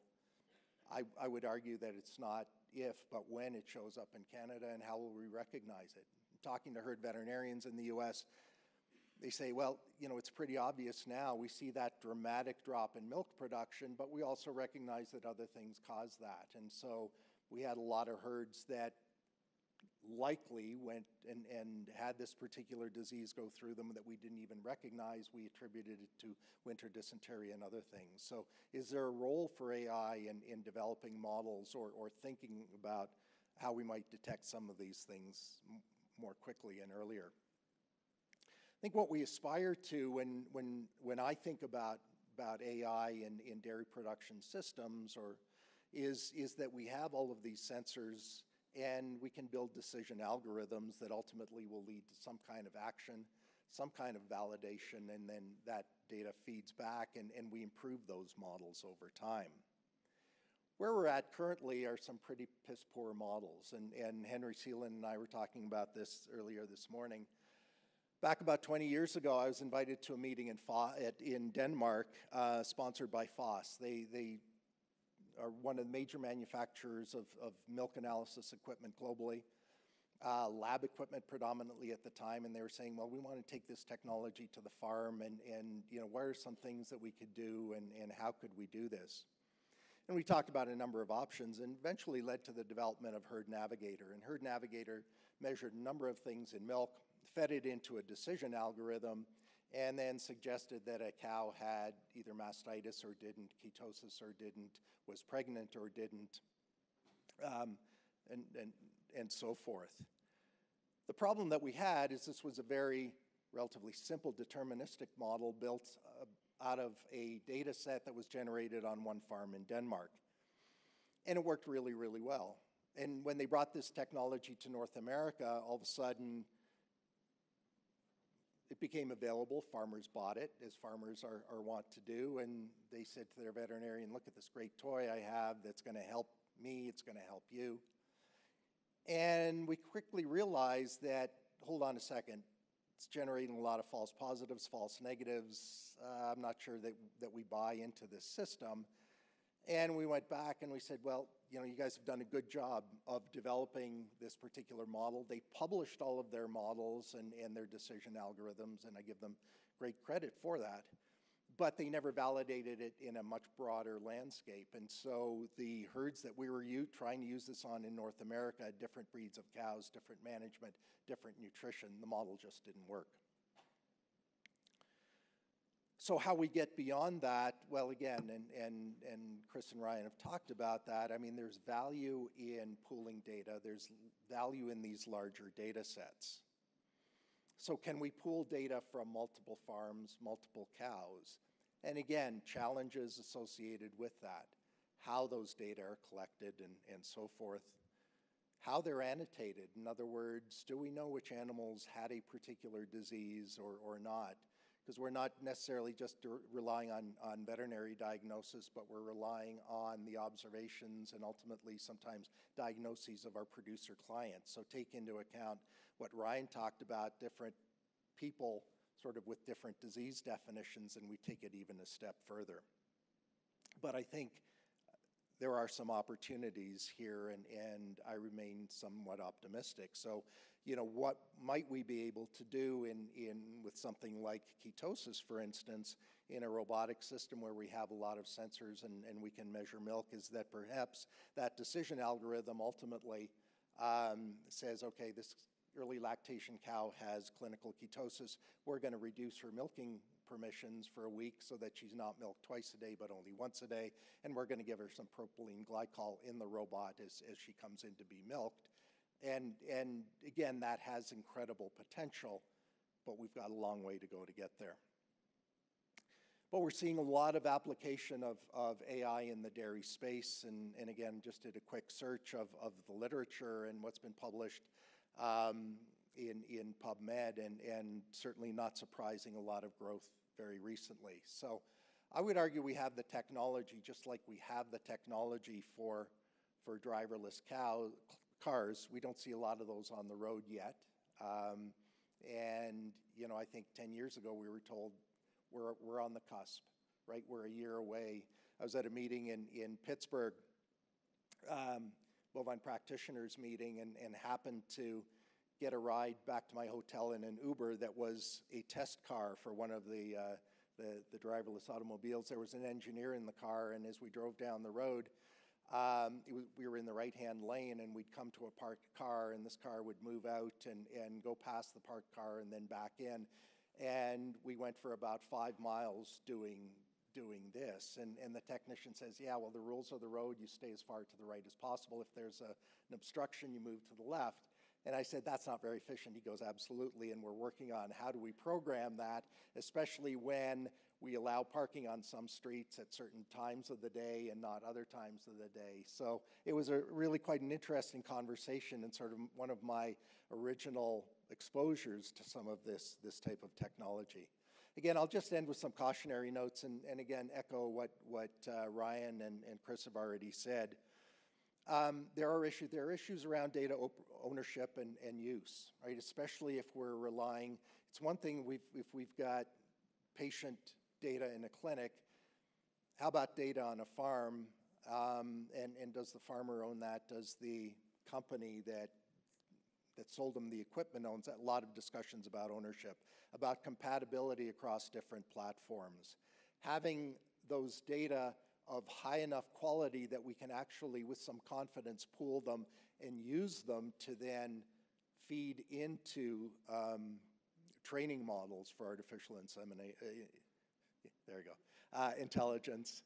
And then also make sure that all of the validation that both Ryan and Chris talked about happens, right? The performance of those models is critical. And yet what we see over and over again, and we see it in all of these spaces, a company invests in a new technology, they're very excited, they've sunk a lot of capital. If people will buy it and use it, they go, why do we need to do a validation study? It's on the market, people are buying it. Yeah, you academics do it. So I think, again, getting across that idea that every time we use and buy a technology that hasn't been validated, we're shooting ourselves in the foot, essentially, right? So I think it's another thing that we need to think about collectively. And then again, transparency, trying to get away from these black boxes, and we see a lot of that in these sensor technologies and so on, especially on dairy farms where the milking equipment game is very, very competitive, and we need to get beyond that, but in all honesty, I think that may be our biggest hurdle. Anyway, thank you.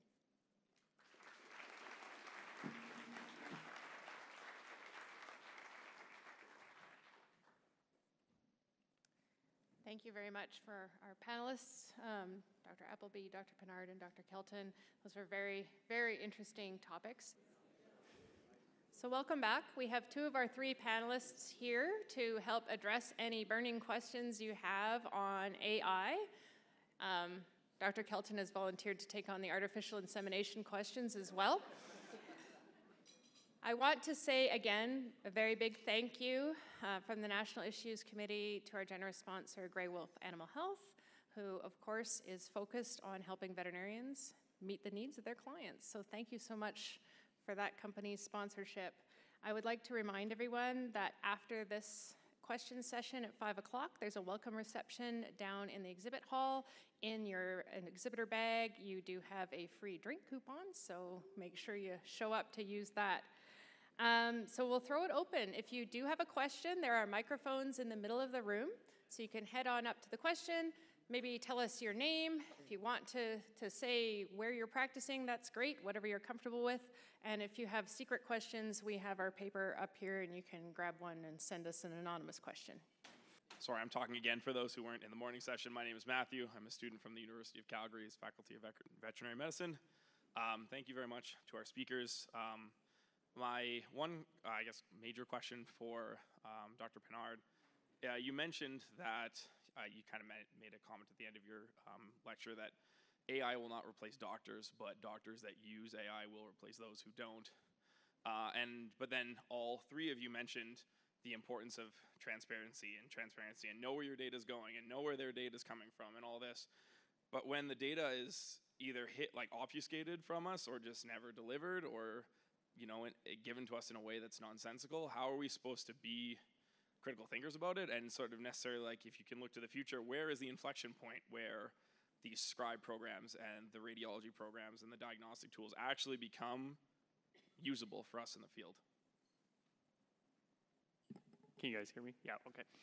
It's a really great question, and I do have to say up front, I didn't actually make that quote. That's been quoted by several human physicians before, but I think it's a really great quote because it really speaks to the state of affairs and where things are going, sort of what Ryan alluded to. I think your question's a very relevant one, but sort of as Dave was saying, that we're going to shoot ourselves in the foot if we continue to supply these companies with our resources or with our finances to subscribe to them. I think the real answer is don't use them until they tell you. And ultimately, once that data is transparent, it's not that these systems aren't already ready to be used. They are. But when you're using them, just like any other diagnostic test you run, you need to understand the fallacies of that test.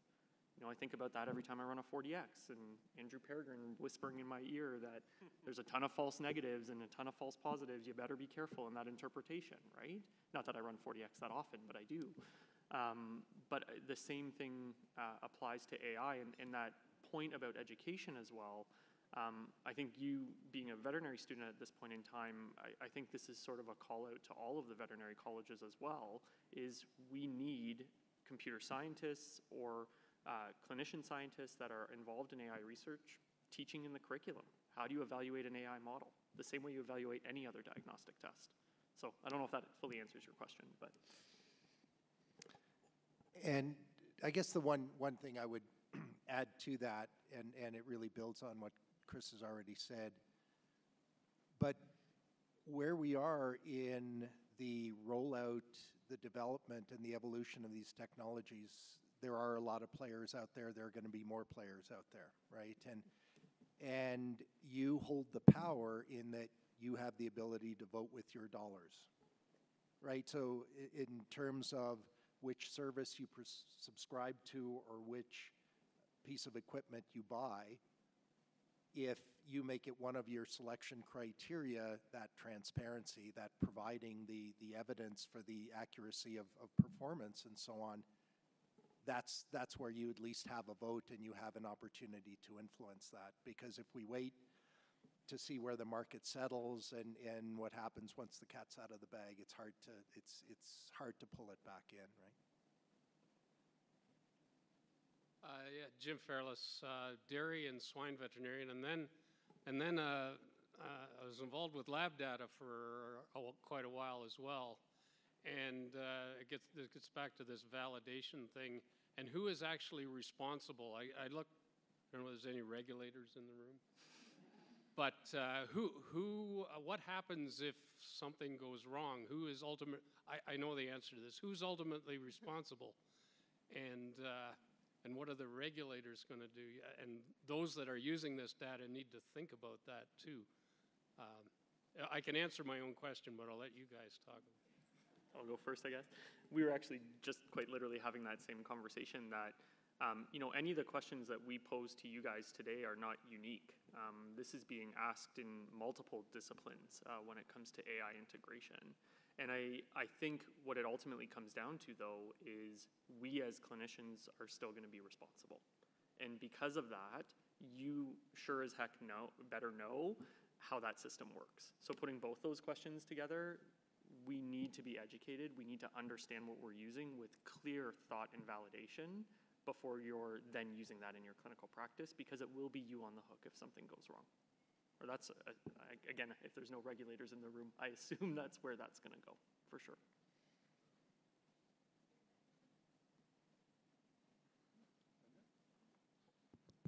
I'm Linda Jacobson from Toronto Humane Society. So we're increasingly using AI to get information, and some of us, sort of starting to use things like consensus for literature searches, that kind of thing. What's your advice about how to evaluate what comes back at us from the AIs and whether there are certain ones that you would avoid and certain ones that you would recommend? Do you want me to take that one? Okay. It's a really great question again. I would recommend you don't use an AI to evaluate another AI. That's one tip. But it's actually come up in our meetings with the CVMA AI task force, talking about when we're critically reviewing papers, and they're asking this in the human space as well, if someone uses a large language model to write the skeleton of a paper, do you have to acknowledge that you used AI and ChatGPT to help you write that paper? Is it even a valid paper if AI helped you write that paper? Don't really know. I mean, I tend to be of the camp that, sort of as Dave was saying earlier, it's a tool like anything else. If it helps me get validated data and accurate information out into the space, that should still be allowed to be published, but that's my personal opinion. But when you're looking up information, we also were just talking about this, you do have to be careful because large language models will hallucinate. And that's effectively where if it didn't have the information present, it'll make up a response. There's not a great way of knowing when a hallucination occurs other than your own knowledge. So what I would tend to say is that if you do get a response that you think is relatively valid, you still need to go out and confirm it. You really do. And to be honest, that also goes when you're using an AI scribe or you're using an AI summarizer of any kind. You might think that all the data looks relevant there, but then when you actually listen back to your entire conversation, it might have picked out a completely wrong thing and gone down a whole different rabbit hole. So you have to be very careful in how you're evaluating the outputs from these models. And that's really not any different than when we're looking for any other information. Again, and I've taught critical appraisal to veterinary students, many in the audience for many years. I don't know whether any of them remember it, but when searching the primary literature. You know, do you use something like PubMed or do you use something like Google Scholar? And I think it becomes really enlightening when you use some of these different search engines to do whatever it is that you're doing.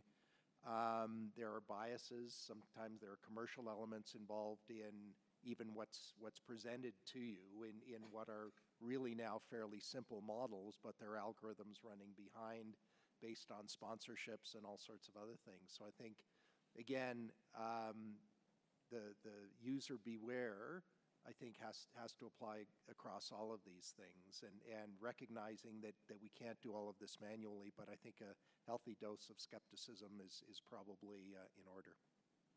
I will say, Dave, I do remember when you did teach me that. Thanks, Chris. I've got some memory left. Just to add on to that point as well, I think Ryan spoke about the good machine learning practices, and there are actually, at least from a literature perspective, guidelines coming from the human space that say, effectively, this is what makes a good machine learning model, and the questions you should be asking yourself as you walk through that paper with the same criteria that Dave would have taught you in vet school. So I think at the end of the day, in terms of model output from like a ChatGPT, you're not going to be able to tell if it's hallucinating or not unless you confirm that data. But in terms of reviewing the literature, there will be more options as that starts to come out. The other thing I'll maybe add to this conversation is if this is an area that you're interested in, and clearly, you know, someone like Chris is I think much more involved in actually the functional side of AI and understands that way better than I do. But from my perspective, I have people that I call that have a much better understanding of the technology of some of these AI tools. They may have no understanding at all of animal agriculture or veterinary medicine, but they are my resource for, you know, what does this mean? How does this work? And how does this essentially function? And again, I think Ryan talked about there are courses out there that you can take as well. And I think, again, we've got to be a little bit careful that with Ryan's nesting dolls, I think those were, that we don't just sort of put all of it in one basket either. I'm going to keep bouncing off of this as well.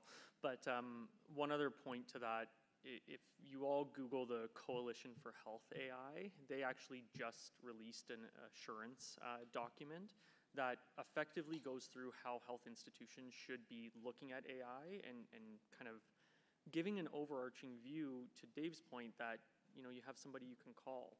Well, I think our systems need to get bigger than that as well, where we're not only constantly evaluating new models as they come in, and we're talking about probably bigger practices than like a standard GP practice, but if we're talking about a network of hospitals, you need groups of people that are clinicians, computer scientists, et cetera, that we talk about clinician in the loop processes, and that's exactly what it is how are we evaluating and chronically establishing that this model is safe to deploy, or any new iteration is not actually destroying the previous one.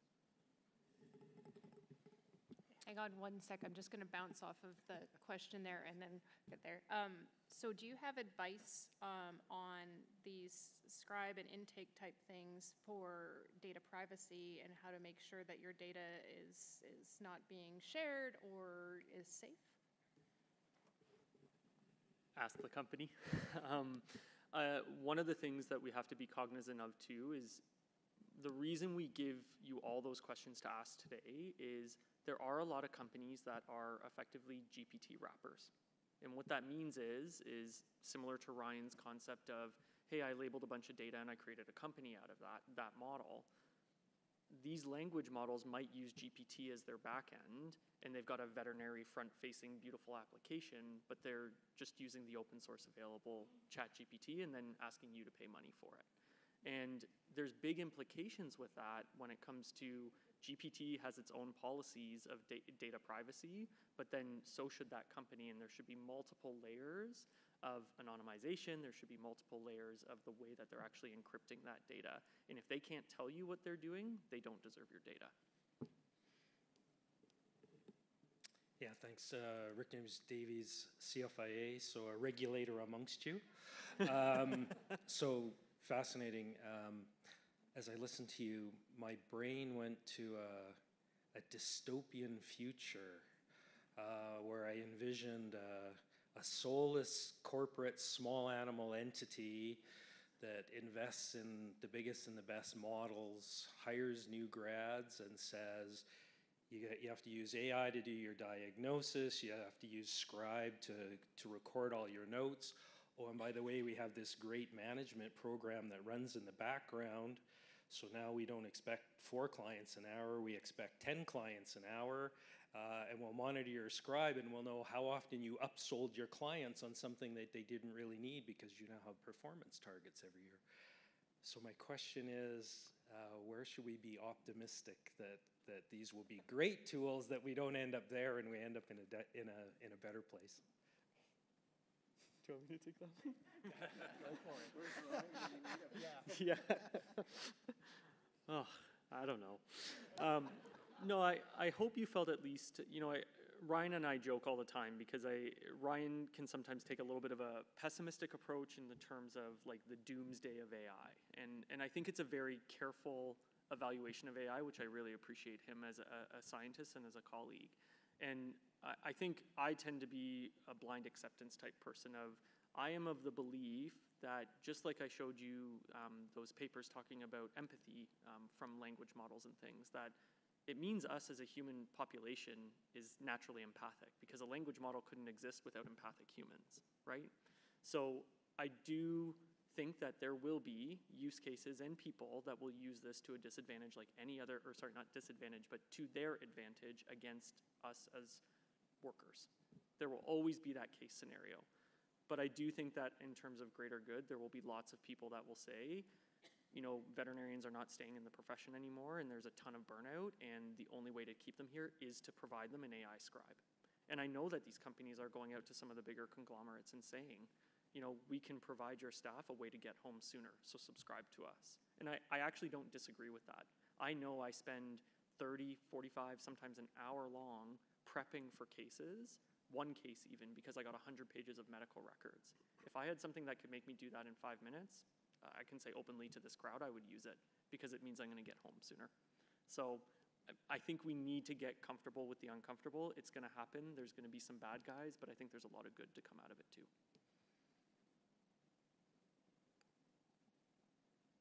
I don't have a lot to add.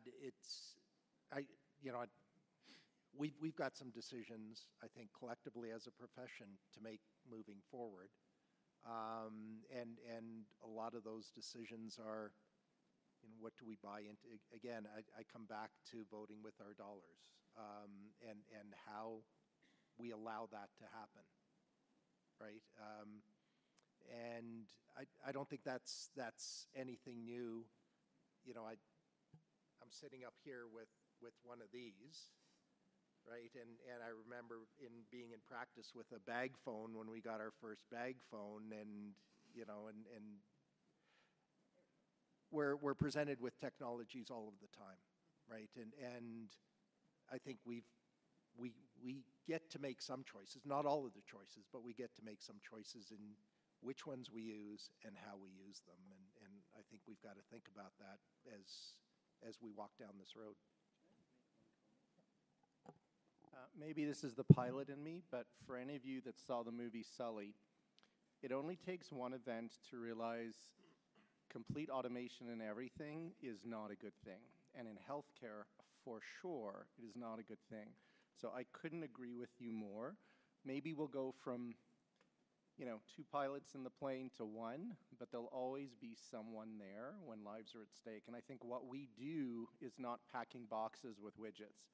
So if we were all at a widget convention, I would be very concerned that we'd be replaced, by an automated line. But I think, at least from my experience, and I never grew up with a cell phone, and my kids now have, that human interaction, that patient-client relationship will never be replaced by anything automated, and the day it does, I think we'll all be in trouble. So I agree. I think a lot of this will assist us, and hopefully it will make our lives a lot easier, but again, controlling it is going to be important. And that is why I like that New York analogy, right? New York didn't know that there was a whole bunch of automobiles that were about to come, but is New York any worse for it? Are we as a population any worse for it? Probably not. I think it's okay. We've changed. Yeah, I guess. I heard that. Yeah. New York, maybe, yeah. Hi, I'm Wade. I'm Wade Wright. I'm a small animal practitioner. I'm president of a regulator at the College of Veterinarians of Ontario. And, you know, listening to this talk made me think of my experiences on a complaints committee and how I didn't really have too many exposures to AI, but I remember multiple cases where there would be a veterinarian who had looked for like a second opinion from, say, like a radiologist, and rather than using their own judgment, they would delay making a diagnosis until they got the actual word of God from the radiologist, if you know what I mean. So what I really appreciate about what you guys had said today was that, you know, these are only tools, and you really have to still use, you know, that thing upstairs and use your judgment, because there's that tendency to maybe just shut it off, you know. Well, it said that it's this, and therefore it's, you know, we're done, right? So that was a really good sort of learning experience for me too, because obviously, you know, I'm not perfect, and I've made mistakes in my career, and so I would say that to be I think you had said earlier, to be a skeptic is a good way to kind of approach this. Can I put you on the spot? Absolutely. As someone at the CVO, Yep. if I got a complaint using an AI tool, whose responsibility is it? Well, I don't think we know yet, right? I think that ultimately it will be yours probably, because again, like, you know, it'd be no different as if you were interpreting any other test. So, you know, I think you have to remember that the people who are judging you are your colleagues, and so, you know, they're going to want to make sure that you used good judgment, which I know you would. You heard it here, everyone. No, I'm kidding. That's right. Yeah, That's right. thank you. I But appreciate that. say, you know, like that's everybody has to think about that too, right? Like, you know, the bar is not going to be set so high that it's going to be unattainable. Yeah. Right? I will say to that point too, though, like, as much as everybody's bringing up a lot of fears, like, I think there's actually some really substantial use cases in the human front, human medical front, of where AI is actually benefiting clinicians a lot when it comes to diagnosis. And this is separate more from your complaints, but it just sort of triggered a thought. This idea that, you know, AI can be a tool to help clinicians is actually really impactful. And there are documented news articles, documented case reports of patients that have an extremely rare disease, but because GPT is trained on basically every piece of data out there, it actually found the diagnosis in a young kid with an extremely rare genetic disease. And so I think these are the use cases that we actually should pay even more attention to, where it can be potentially impactful for us as clinicians. Yeah, like to elaborate on maybe my example would be like, you know, rather than, so you have an x-ray and you have an obvious lung lesion, and the clinician didn't see it because they didn't even look at it. They just sent it off to a radiologist, and so this animal waited for 48 hours and so, you know, had obviously some morbidity as a result of it. So, you know, those are the kind of things that probably have to guard against. Yeah.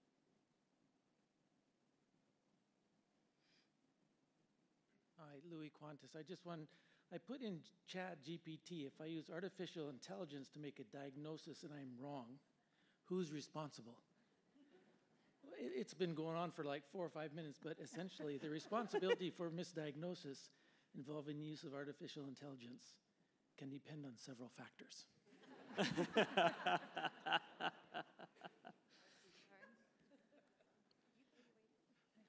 So the answer is, it depends. Hi there, Nejla Azima, CFIA. I didn't know anything about regulation of what I consider this to be a medical device. So I looked up what regulation it falls under in Canada. And based on what I've heard, this would fall under active therapeutic device in medicine. So have you come across anything, any references to this as you were looking into the human research and things like that, and has that come up, whether is it being considered, has it been approved as an active diagnostic device in human medicine? I can't say that I can comment specifically on that nomenclature. When Ryan said about the computer, or the computers as a medical device, when we spoke, we actually spoke with a representative from Health Canada a few months ago, and that is the direction, from my understanding, that they have taken with the human medical profession, that it fits under that criteria, and so any AI platform will therefore be regulated under that criteria. So whether it's a computer program or an actual device itself, like a wearable, it all fits under that nomenclature. So follow-up question to that would be, is there a condition that it needs to have been approved first before it being allowed to be used? And if a medical practitioner uses it, will there be implications? Yes, in the sense that it does need to go through Health Canada's regulation the same way that the FDA would clear in the US, and they have to fit a certain criteria, including HIPAA compliance, for sure. So they go through all of that before you can launch. It doesn't mean that you can't pilot studies or pilot platforms in the human space. So one example I was giving Dave earlier, there's a group in Toronto at Sick Kids Hospital. Dr. Devin Singh, he's an emergency physician, and he's running a program called Hero AI, which effectively does a lot of the triage monitoring and things that I was talking about in my talk. And he runs silent clinical trials, which means pairwise, alongside patients being in the real hospital, they can see how that system would have affected the potential outcome of the patient, at least when it pertains to wait times. And so they'll still allow you to run those programs in that space, but to actually go out, sell that product, do those things to the human space, you need to be cleared by Health Canada. Thank you.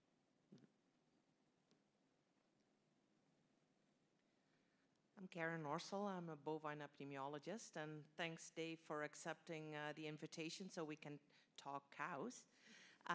Because I saw this one sentence about data ownership and the risk of that, and I think we sometimes talk different things, right? Is that in our cow world, we don't even own the data. We don't even know what raw data is, because they measure a million things, and I often don't even know. The company does not want to share with me what they're measuring. I get an interpretation of their algorithm. I cannot adjust the algorithm, which as an epi we would love to do, but hey, I'm not allowed, because there's a commercial product, so they already have the data. And then if you ask as a veterinarian, because you believe in preventive veterinary medicine, like you and I do, can I have access to the data? They said, no, because that's a privacy thing. So that data ownership and the risk of who owns, I think they just bypass that because they already have your data.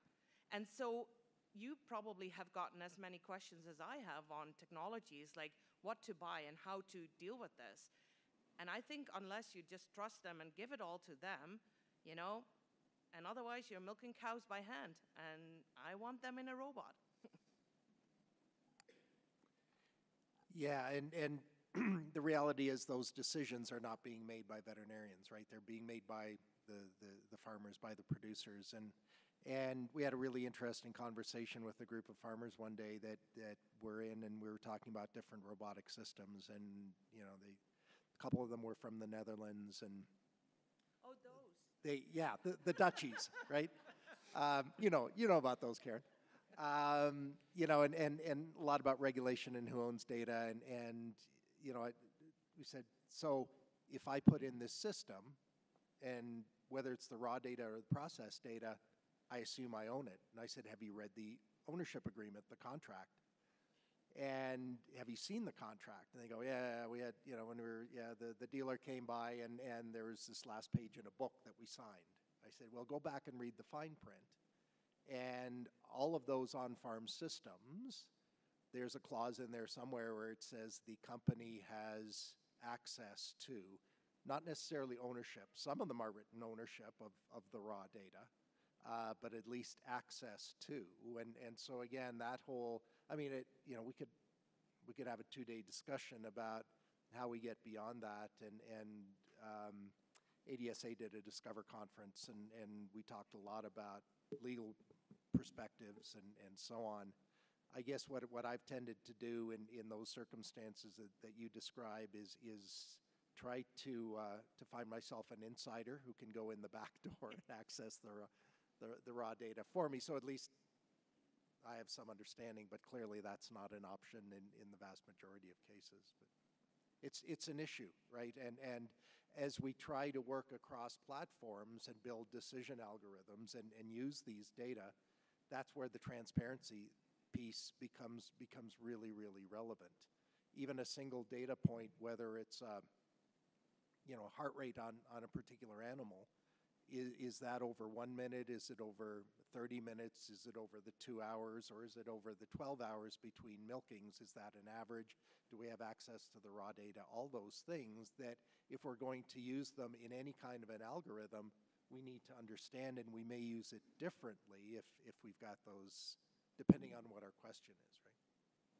And so to follow up on, the risk of ownership and sharing data, how about management systems in vet clinics? Because they're very often, everyone has open platforms where, our systems are open, and luckily we are not like, the big companies that they can just ask for millions of, dollars to get access to our management systems again. But how do we prepare as a profession for the risks? Our clients ask these questions, but it's also our clinics that are at risk. How do we prepare? I think there's a really big issue in our profession in general as it pertains to privacy. I personally believe we need HIPAA compliance or HIPAA level compliance in veterinary medicine. I honestly, before prepping for this talk earlier today, I signed into EasyVet. Did I have a VPN on? No. I just signed in with a username and password, a password that I use probably for my bank account and 30 other applications. And if I got hacked, they could log in and download every single piece of information from that clinic or hack us and do something much worse. And that's a problem at the clinic level too, but obviously there are some companies that use a VPN, but even that's not good enough. As Dave was talking, and he and I were talking about this earlier, there's a big push in the human space, specifically some groups in Toronto now that are doing something called federated learning. And that's effectively where you can have a rudimentary model that was trained on X piece of data, and it goes into the cloud. And if you think of each dairy farm or each hospital system as its own little data complex, it feeds into that model and fine-tunes the model to be more attributable to that place. So it gets over the Dutch problem that he encountered earlier, where it was really a problem once they tried to migrate to North America. But the other thing it does is it keeps the data local, and it keeps the data in your warehouse, meaning that you're responsible, and it's private. And so what I think we need in veterinary medicine is not only the HIPAA level compliance, but we do need to start incorporating more data scientists that can actually develop these platforms for us so things stay local and that we're much safer with our data and own the data as private practitioners or as conglomerates. That's just my personal opinion, though. Yeah. So I think, and I agree around the privacy for sure. I think some of this may be just how animals are classified versus people. I think that's just something to think about in terms of that level of sophistication. I think the other thing that's important to think about is we're probably more at risk for someone breaking into our computer systems because they're all cloud-based and grabbing people's credit cards than they are necessarily the information on a pet per se. Not that it's not important. I think the other thing that happened in the US, a large organization, Companion Animal, hired a company, computer-based, to track metrics in a lot of their large practices. And they used that data to drive a whole bunch of internal data points that they were looking at for around best practices. That company then went and sold that data without the authorization of that large organization, and it's created a big problem. So I think one of the things, again, it's not only who owns the data, but what is going to drive the value of that data from a commercial perspective. And if that's lab data or x-ray data or whatever that is, disease information, I think that's also an interesting factor to all of this. Excellent. My name is Brendan Lang. I'm the president of the OVMA. And, I think there's a lot of worry out there right now with AI because it is a new field. I mean, this has only been less than 2 years that ChatGPT's been in our world. And so I think, the fact that we have panelists speaking on AI and the cautionary tales of AI, fills me with hope, because I think it's really important to have thoughtful people, veterinarians behind the scenes, and I would challenge everyone here to get involved, because I think we are the ones that will change our industry, and if we don't, we're going to be left behind. It's not the first time the veterinary field is revolutionized. We were mainly large animal vets 100 plus years ago. That's not the case today. And so I think it's really important to be thoughtful, but I'm an optimist, I'm a futurist, I love AI. I think it can help our clinics in so many ways. And I think one of the ways that we're focusing a lot on those high risks, if we talk about what Dr. Appleby was saying, those high risk diagnostics. But where I would challenge everyone is look at the low risk. How can this increase your efficiency? How can it upskill your staff? How can it better train your receptionists to handle those hard conversations? How can it help us with mental health? And I just wonder if any of you here know of any platforms, any pieces of technology that are starting to push those aspects of clinical practice in a meaningful and safe way. At least in the small animal space, there are definitely some EMRs. Digitail, I think, is one that is definitely implementing some of these automated systems, even automating some of your SOAP notes so you don't have to subscribe to an external factor, although I think you have to subscribe to a different tier associated with them.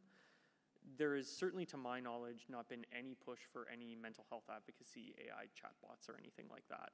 But there are a lot of groups of psychiatrists that are actually working on those just for the general population, and with relatively interesting results in terms of how people feel being immediately able to engage with an empathic chatbot. Sometimes that's all you need in a crisis setting, and I don't mean to diminish, obviously, any sort of one that could be in crisis, but sometimes that brief bridge before you can get in contact with a real human can actually save lives, and it's a really interesting concept. I think, again, all the bigger risks that we've talked about today in terms of privacy and concerns about that data and what if it goes wrong still pertain, though. But I'm not aware of any others that are actually in the space that are truly helping with all the other things that you mentioned. It's pretty rudimentary at this point. Yeah, no, thank you. And I think data is, the top of mind for everyone, but this is not something new. I think we've always been the gatekeepers of data, and that's what we have to remind ourselves. This is not a new challenge. It's not a new paradigm shift. We've been bathed in data. We have to keep our records private and secure. We've had to make those same decisions when they go to the cloud, whether or not we identify that or not. And this is just another step in the same direction. And I know that there are regulators, and the big question has been, what happens if a complaint is filed? I think there's a great story, and I don't know if all of you know this, about a lawyer who used ChatGPT to create his brief, and he presented this in course. It hallucinated case law. He quoted that in court, was taken to the bar, and was reprimanded for it, because at the end of the day, we are the final people on the front line, and so we have to make those decisions, and these are, and it came up in your presentations all the time, these are tools. These are not ways to get lazy. These are not things that we can offshoot and offload. We still have to thoughtfully think about the data that is coming back at us, the results that are coming back at us. So thank you for sharing all of that. I just have a quick ask. If somebody has the slide where the 7 things that we need to evaluate AI tech, if they could share that in the CVMA thing. And then I think just for those of us that are here learning about this, if we all share it with our colleagues in whatever form will work best to get that information out there, I think would be really important, because this is new for a lot of us, and some of us Gen Xers are definitely scared of this technology. So the more we learn about it, the more we understand, the better it'll be. Hi, my name's Henry.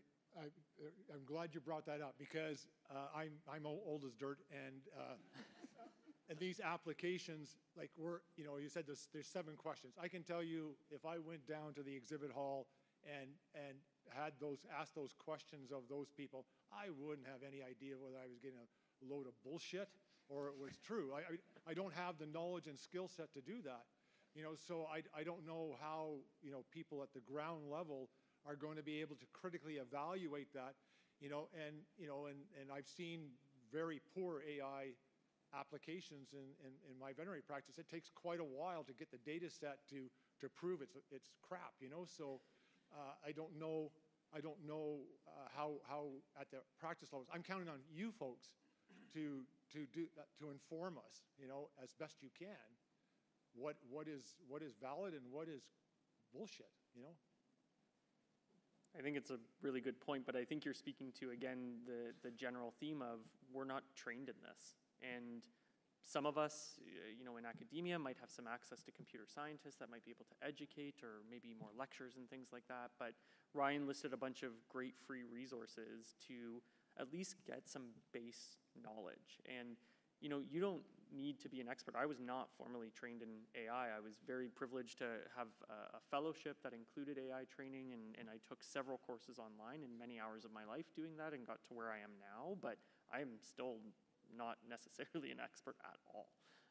And there are more and more questions, and this is developing at a rapid pace, faster than we've ever seen.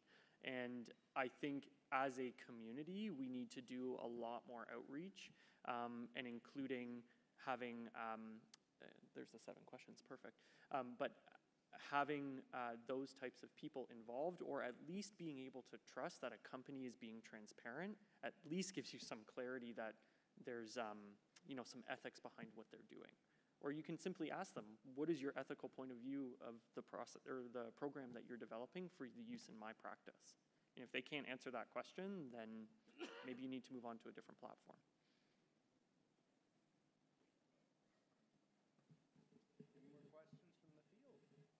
I have one more, and this is kind of tangential, but so a lot of focus is being made on sustainability. And from what I have read, the development of these models is extremely energy intensive and not very carbon friendly. Do we think that this will scale and improve with time, or is this something clinics that are wanting to be green should be aware of? It's a really good question, and it's actually a very timely question, because you're right. Models like GPT, some of these huge models that have billions and billions of training points, or billions and billions of layers to get through each answer, are very server intensive. And that's basically a building 30 times the size of this, just filled with servers.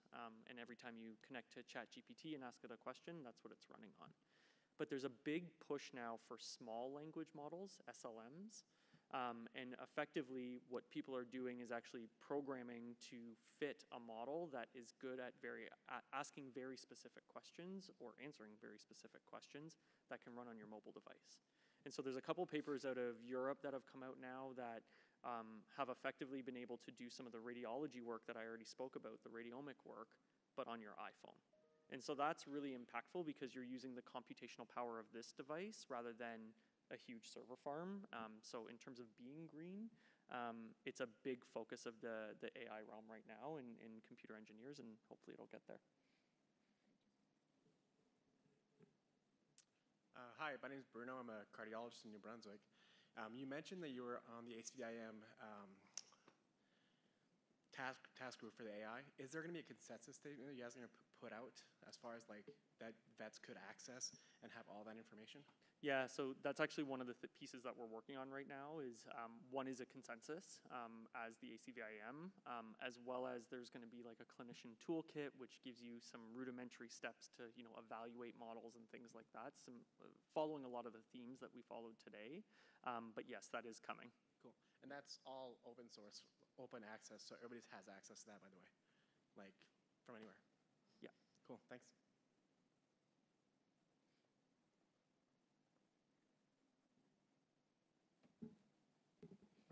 Any other questions? Or are we ready to go use drink coupons? You go ahead. Just before we pass it back to Kristen, again, thank you for everyone attending today. This is one of many initiatives that comes across the desk of the National Issues Committee. And I will say this, as Tim mentioned earlier in the AGM, It's an amazing group of veterinarians that give their time every day, and we could use more of you. So any opportunity to get involved in a CVMA committee or a small group would be great. The access to veterinary care is now online, for the position statement for member comments. So please, for many of you, if you haven't had a chance to look at it, it's a very, very robust document, and we'd love your input. And again, with that, I'll pass it back to Kristen.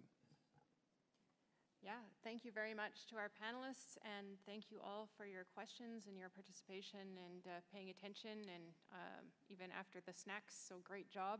Let's go check out the exhibit hall, and I hope to chat with many of you over the next few days. Thank you.